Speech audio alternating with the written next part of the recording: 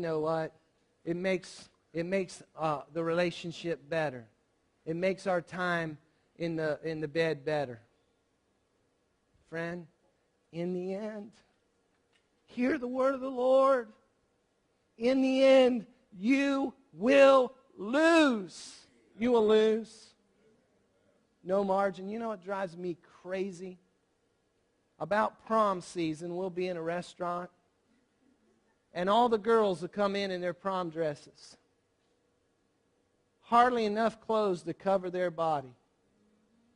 And I'll sit there and think, what daddy in his right mind lets his little girl go out of the house with hardly any clothes on with a sex-crazed, hormone-crazed teenage boy? Oh, Pastor Craig, look, you don't know, if we tried to stop him from wearing clothes, it would be World War III. So?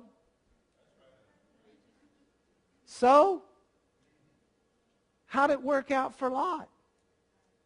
How's it work out for him? See, those girls had no moral margin in their life because there wasn't any in their home. They're close to sin. They're settled into the culture. Do you get a hold of that? And those girls didn't once say, wow, you know what? We could travel and find Abram, our great uncle, and his relatives, and we could marry one of his sons. See, Lot's failure cost him his wife, and Lot's failure as the head of his house, as the man of God he was supposed to be, he did not make any provisions for his daughters to have a godly husband. He should have said, you know what? I'm done with this wickedness. I'm through with sin. I'm going to go back, find Abram, and I'm going to find a husband for my girls. But he made no provision for them because it wasn't convenient. And some of you, God's going to speak to you and say, you need to cut this out. And some of you will leave here today. Some of you are watching online. And when it's at the end of the day, you won't do it because it's not convenient. They didn't have Abraham's values. Choosing convenience over character and provision over principle. And look where it got them. In the end, destruction. And here's the kicker. You want the kicker? Here's the kicker. The Bible says that Lot was vexed in his soul because of the sin in Sodom. It's found in 2 Peter 2 and verse 7. It says this, but God also rescued Lot out of Sodom because he was a righteous man who was sick. Say sick. Of the shameful immorality of the wicked people around him. Yes. Lot was a righteous man who was tormented in his soul by the wickedness he saw and heard day after day after day after day after day. Jersey Shore, Springer. Do I need to go on and on? Day after day, day after day. Seeing stuff posted on Facebook by your kids, but you won't confront them because after all, you want to be their friend. Oh. And here's the kicker. You ready for the kicker?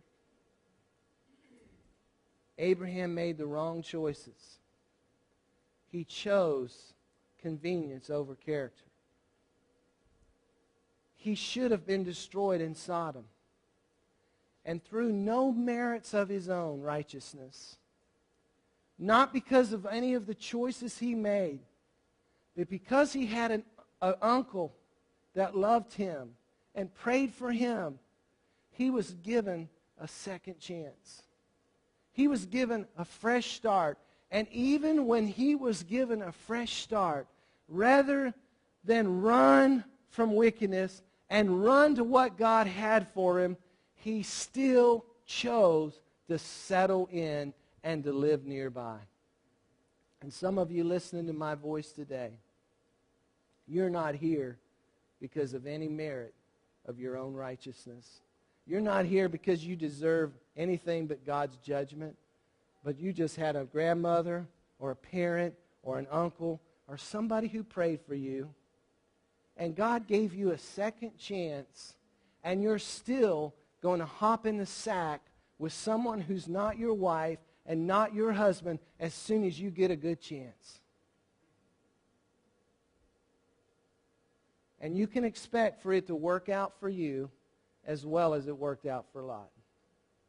The kicker is, Lot knew better.